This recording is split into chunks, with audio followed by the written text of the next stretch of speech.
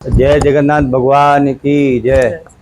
દર વર્ષની વાત આ વર્ષ બી રથયાત્રાની તૈયારી કરવામાં આવેલી છે, કેમ કે જગન્નાથપુરીમાં રથયાત્રા બહુ રંગેચંગે નીકળે છે। એની સાથે એ પ્રમાણે આપણે ગુજરાતમાં અમદાવાદમાં સુરતમાં કઈ જગ્યાએ રથયાત્રા આયોજન સારી રીતે કરવામાં આવે છે।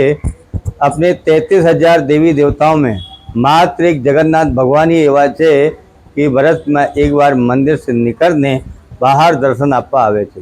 नहीं तो अपना दर्शन करवू हो भगवान ने तो मंदिर में जावू पड़े, पर वर्ष में एक बार भगवान जगन्नाथ बाहर निकले छे। आ निकलने अने कहेवामां आवे छे कि अत्यारे भगवान ज्यारे पूनम में स्नान करे छे, स्नान करता करता भगवान मांदा पड़ी जाए छे। मांदा पड़े छे आज एने जड़ीबूटी ने औषधि मूकवामां आवी छे, केम कि अषाढ़ी बीज ने दिवसे भगवान मासीनी घर जवानुं छे रथ में बैठने। केम कि बधी मूर्तिओ लक्ष्मी जी ने साथे छे, रुक्मिणी जी ने साथे छे, पर आ जगन्नाथ यात्रा ने अंदर माँ भगवान श्री कृष्ण के स्वरूप में जगन्नाथ और सुभद्रा बहन के साथ में और बड़े भाई बलभद्र के साथ में रथ में बैठने अपने मासी के घर भगवान जावे छे। एवी रीति ये परंपरा वर्षों से अपनी चली आवी छे कि जगन्नाथ भगवान कृष्ण का स्वरूप ही है। उसी तरह से जगत कलयुग का उनको एक आशीर्वाद है कि आज भी जगन्नाथ मंदिर का एक अद्भुत चमत्कार है। जहाँ मंदिर छे ये दिशा में हवा चले छे, ये हवा ये दिशा में कोई दारी ध्वजा लहराती है, विपरीत दिशा में लहराए छे। समुद्र पास में छे तोय छतां अंदर में आवाज आवती नथी, एकदम शांत स्वभाव छे। हनुमान जी ने आशीर्वाद है त्या एवी रीति है। जगन्नाथ भगवान लंका विजय आ 33મી रथयात्रा है, रंगे चंगे तैयारी में करवामां आवी छे। हरिभक्तो ओडिशावासीओ छे, गुजरातीओ छे। 7 तारीख में सवारे 7 बजे हवन ने प्रारंभ थशे। सूर्य पूजा अने साथे विधि विधान से मूर्तिओं स्थापित थशे।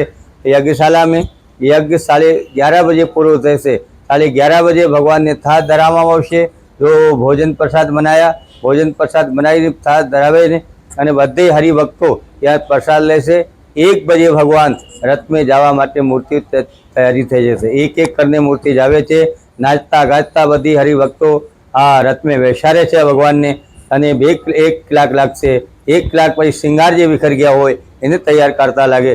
3:30 बजे सूरत शहर ने मेयर दक्षेश मवानी आवशे અને ધારાસભ્ય પશ્ચિમ વિસ્તારને પુનિશભાઈ મોદી પૂર્વ કેબિનેટ મંત્રી છે, એ આવીને રથ ચાલુ કરાવશે। પરહન વિધિ છે એ કરશે, એને સાથે રથ 3:30 બજે ચાલુ થશે અને વિશામા સર્કલ આવ્યા જાય પાછી પરત ફરશે। ત્યાં અમરોલી ત્યાં સહયોગ મેડિકલ છે, ત્યાં માનસરોવરને સામને ત્યાં 15 તારીખ સુધી રૂકશે। भगवान त्या मासीनी घर है, वर्षों से माने छे। मासीनी घर 15 तारीख सुधी त्या साँजे नृत्य सांस्कृतिक कार्यक्रम थाय छे, भजन थाय छे अने भगवान ने खीचड़ी ने प्रसाद रोज वितरण करवामां आवे छे। जगन्नाथ ने भात जगत पसारे हाथ अने साथे जो रस्सी है भगवान की रस खींचते हैं, ऐसी मानता है जो भगवान की डोरी खींचते हैं उनकी 84 लाख योनि का मनुष्य मुक्त हो जाता है। भगवान को ये आशीर्वाद है, इसलिए भगवान को बैठार के रथ की डोरी खींचने में लोगों को बहुत हर्ष होता, प्रेम से खींचते हैं। यहाँ हमारे अंदर कोई मोटर नहीं रहती है, उसमें ये भगवान रंगे चंगे भगवान को खींचते हुए साथ ही अपने पुलिस डिपार्टमेंट सारी रीते ने सहयोग आपे छे। वर्षों से आ वर्ष भी हमारी मीटिंग थई छे कमिश्नर साथे के डीसीपी साथे बधे संकलन थई गयो छे।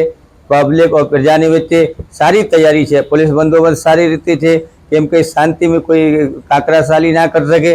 भारी भक्तों ने खूब उल्लास से जोश से तो आओ अपने आषाढ़ी बीज ने दिवसे आइए भगवान ने रथ में बैसाड़ने रथ यात्रा उत्सव मनाइए। जय जगन्नाथ, जय भगवान। प्रभु यहाँ ऐसा माना जाता है कि वहाँ सपने में आके जगन्नाथ ने खुद दर्शन दिया था और विशेष प्रकार से उसका स्वयं प्रकट हुआ था, उसके बारे में थोड़ा बताइए क्या है। हाँ, यहाँ वर्षों पुराने महाराज सदगुरु था रामचरणदास बापू, ये जारे 68 में जारे पूर आयो ત્યારે પૂરને અંદર નાની નાની મૂર્તિ હોતી તનાઈ જાતી રહી, ભલે નાની રૂપમાં યાત્રા થતી હતી। जब तनाई जाती रही तारे भगवान ताप्ती पूर में ત્યારે તનાઈને વહી ગયા ત્યારે ભગવાનને જોઈને બાપુ બહુ દુઃખી થયા कि आज हे भगवान तारे माटे हमें બધે છોડી દીધા છે.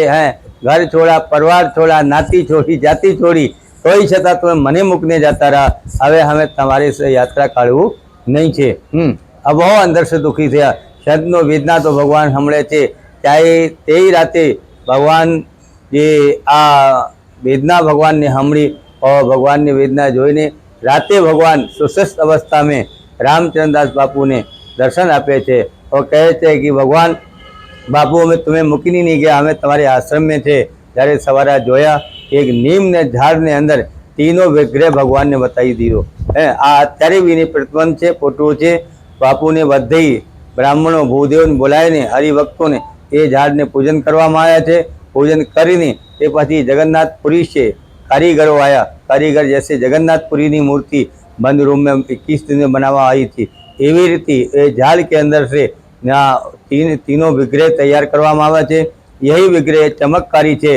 यहाँ वर्षों से जगन्नाथ भगवान जो भी अपनी कामना लेके आते हैं उनकी पूरी करते हैं. इसलिए अद्भुत चमत्कार से यहाँ जगन्नाथ यात्रा का एक अनेरो ही प्रभाव है. खूब सुंदर माहिती वो बापू ने हमने दी है कि वो विशेष रूप से जो जगन्नाथपुरी में जो भगवान जगन्नाथ विराजमान है वही जगन्नाथ भगवान यहीं लंका विजय हनुमान मंदिर में, जगन्नाथ मंदिर में विराजमान है. बापू आपका खूब खूब आभार. जलादेव